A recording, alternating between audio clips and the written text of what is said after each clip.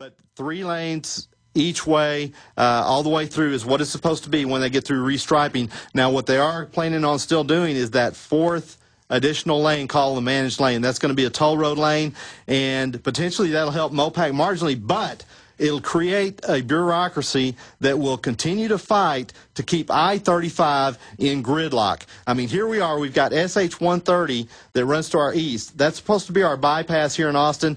Very underutilized. Millions of Austinite taxpayer dollars. The point is they hold us hostage. Right. They won't build the roads, and then they want to give it to foreign companies to loot us.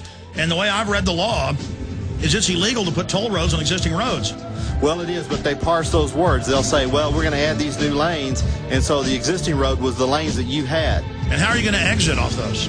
Well, that's I've yet to see exactly. It's impossible. It's impossible. The engineers have said so. All right, we got Richard for a few more segments, and Larry Pratt's coming on for about 30. We'll take a few final calls towards the end of the next hour and get into some other news I haven't covered yet. But the establishment is going to promote lawlessness and the collapse to bring in their control. But getting back to toll roads, they always claim they're not going to put them in when resistance mounts, and then they come back later and do put them in. They've claimed over and over again no toll roads for MOPAC 183. It's the same story whether it's Indiana, New Jersey, over and over again. And we know that these are sweetheart deals with these foreign companies. I mean, this is not privatization. This is looting. But from your deep research on toll roads, I mean, look at how a year and a half ago they announced, okay, no Trans-Texas corridor. We're going to cancel it. But then the same article in the AP said, we're just going to do it project by project and not call it that now. So they play these semantical games so we don't have a united front of enemies to go after. Well, Alex, you know, we really have slowed them down and we've damaged them, but they are definitely not gone, and they've got that Aladdin's lamp of money that they want to keep pouring into this.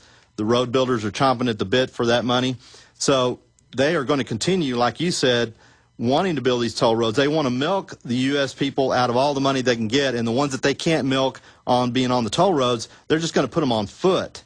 That's part of their plan to reduce congestion. For the first time, we knew it was the policy in the last 20 years, but the head of the Department of Transportation said in the New York Times, a few months ago, that they're anti-car.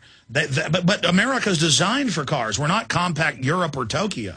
I think Chicago and New York are probably the only cities that you can really get by without a car. Well, they know that, though. This is about bankrupting everybody. It is. I mean, the Pentagon designed the roads we've got in the 50s. They make us all dependent on it, then they try to take it away. Well, I've been in the transportation business over 30 years now, and I'm seeing more and more people be priced out of their cars, literally. When we had the price hike of $4 a gallon gas there briefly back in 2008, people were literally bailing out of their cars and riding taxis and buses because they could not afford the gas. So even as expensive as a taxi was, they were preferring that over driving their own vehicles. So they've definitely got these plans to put people back on their feet. As a matter of fact, one guy jokingly said during a Central Texas meeting 2 or 3 years ago, he said that I'd like to see tolls on trails. You know, put tolls on trails and make people pay for walking. So that's the full intention that they have at some point if they can. Well, I mean, we always joke, what's the new tax? A tax on air? That's the New York Times headline, a tax on air. That's carbon dioxide. That's what Bill Gates said. We're going to tax you for breathing. Which, by the way, fellow Texans, on TexasTurf.org, Terry Hall's website that she's always breaking down the toll road issues, got stories on there. There's a story on there right now how that highway lobby wants every kind of tax possible to build roads with now. They want toll roads. They want additional gasoline taxes. They want sales tax money. They want to dip into property tax money. They want to dip into every possible tax to help fund building these highways. So that's what we have to look at. And they always lie and say, because gas receipts are going to go down. They've gone up. They're lying about not having money. Well, you know, we might have had a small leveling off like around 08 when we had the big $4 a gallon price tag. But basically, you're right. Even in down times, we still get more people, still driving more cars, covering more miles, collecting more gasoline taxes. The state of Texas sends billions of dollars every year, and over the past decades, multi-billions of dollars. Well, the point is, in Europe they've admitted this, and IBM's promoting this, where you're going to be taxed on all roads off your license plate with license plate readers. I'd tell people this 5 years ago, they'd laugh at me. Now you go on most of the toll roads in Europe and the U.S., there's no toll booth. They just charge you off your license plate. This is, they've already got a test in Texas going where people get a transponder in their car that tracks them and taxes them. This is, your cars are going to be turned into, basically taxi cab. A taxi cab. And notice, your taxes go up, but they say we got to get rid of cops. They can't respond to burglary. Well, and the best example to look at is just type into search engine and look at Singapore roads and study Singapore toll roads and Singapore tolls. They've got 100% tax on just importing a car, if I remember right. Yeah, stay there. I mean, it's all a ripoff to the elites. They're robbing you. It's serfdom. And now, live from Austin, Texas, Alex Jones. Richard Reeves, talk show host, great political activist from here in Austin, Texas. Got 5 more minutes with him, and Larry Pratt's coming up about 30. Then I'll jam in some phone calls. Phones aren't open yet, though, folks. I'm going to recap the top stories. I mean, I laid it out at the start of the broadcast. This is the most important time in our history that we're facing, and there's no doubt they're going to slam us into a total depression to try to break our will and basically domesticate us. And that's just the beginning of their end game. But, Richard, in the last 5 minutes we've got left, recap and go more into how you see them breaking our will with the things they're doing right now.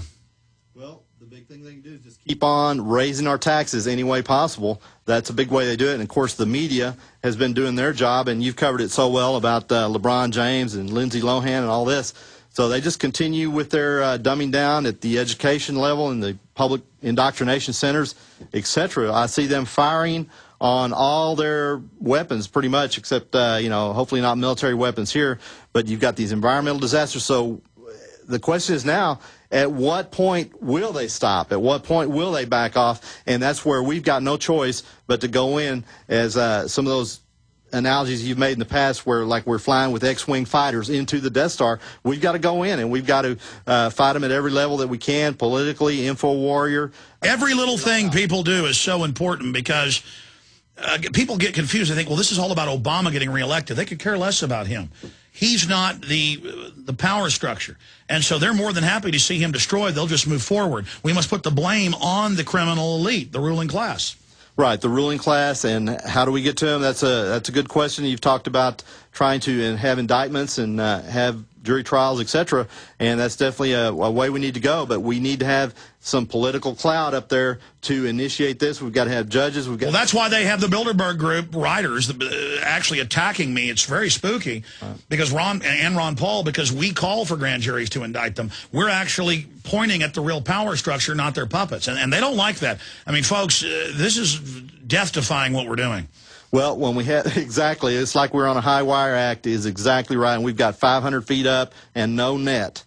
That's what we're going into, so that's why we need every tightrope walker we can get, and we especially need Alex Jones / Ron Paul types in political office at every level, from dog catcher to senator to governor. So our people are everywhere, not even as a majority yet, but to watch and to expose corruption.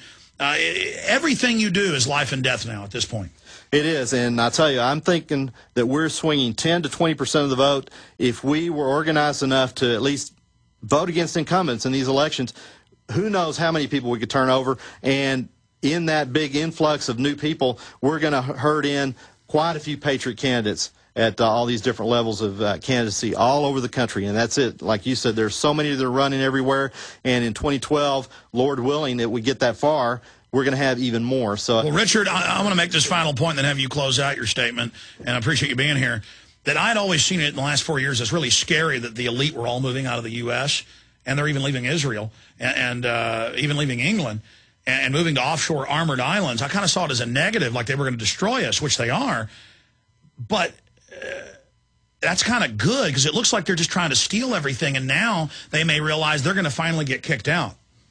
Well, it's looking like they're going to have to self-eject, because they may not have any choice. And like you said, many of them, over the years, you said that many of them have already gotten their place in the Cayman Islands or wherever they go to. But the New World Order is definitely, it's global. It's global, so I don't know where they're going to go. I don't know where anybody's going to go, because I've looked at it. I've looked at going to Central America and other countries. Well, in their New World Order system, it's like a spider tying up its prey. We are tied up in the red tape. They're all exempt from it. So that's why they only care about that global police power, so they can rob nations one by one and kind of hopscotch around. Well, but these guys that only have the multi-millions or maybe in the low billions, they're just not big enough. So they're going to end up being the victim of the spider in the web as well at some point. So they might as well join the fight and help fund what's going on here in the United States. The United States is definitely worth saving. And I'm not leaving anytime soon, that's for sure. No, we've got to stand here. We've got to make our stand. There's nowhere to run. Richard Reeves, always great having you in. Thanks a lot. Hey, thanks, Alex. I appreciate it.